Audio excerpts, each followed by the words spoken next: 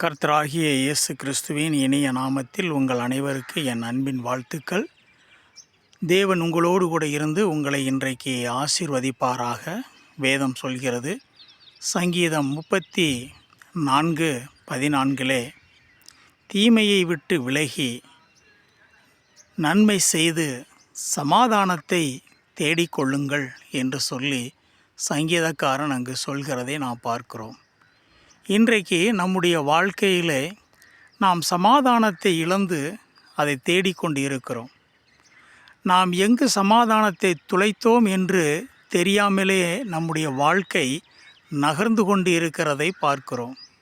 நம்முடைய வாழ்க்கையிலே நம்மை அறியாமல் அநேக தீமைகள் நம்மை தொடர்ந்து கொண்டு இருக்கிறது. நாம் விரும்பாமலே அந்த தீமைகள் நம்மை ஆட்கொள்கிறதை பார்க்கிறோம். நன்மை செய்கிற எண்ணங்கள் நம்முடைய வாழ்க்கையிலே வராமல் இருக்கிறது. நாம் நன்மை செய்யலாம் என்று சொல்லி நாம் நினைத்தாலும் கூட சில காரியங்கள் நமக்கு முன்பாக வந்து அந்த நன்மை செய்கிறதை தடுக்கிறதை பார்க்கிறோம். இதற்கெல்லாம் என்ன காரணம் என்று சொல்லி நாம் பார்க்கிற போது, நம்முடைய வாழ்க்கையிலே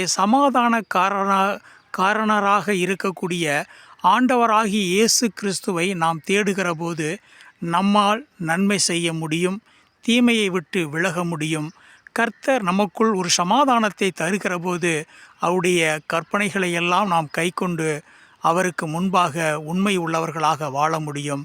கர்த்தர் நிச்சயமாக நீங்கள் தேடுகிற அதே சமாதானத்தை இன்றைக்கு உங்களுக்கு கொடுத்து உங்களை ஆசீர்வதிப்பார். ஆமேன்.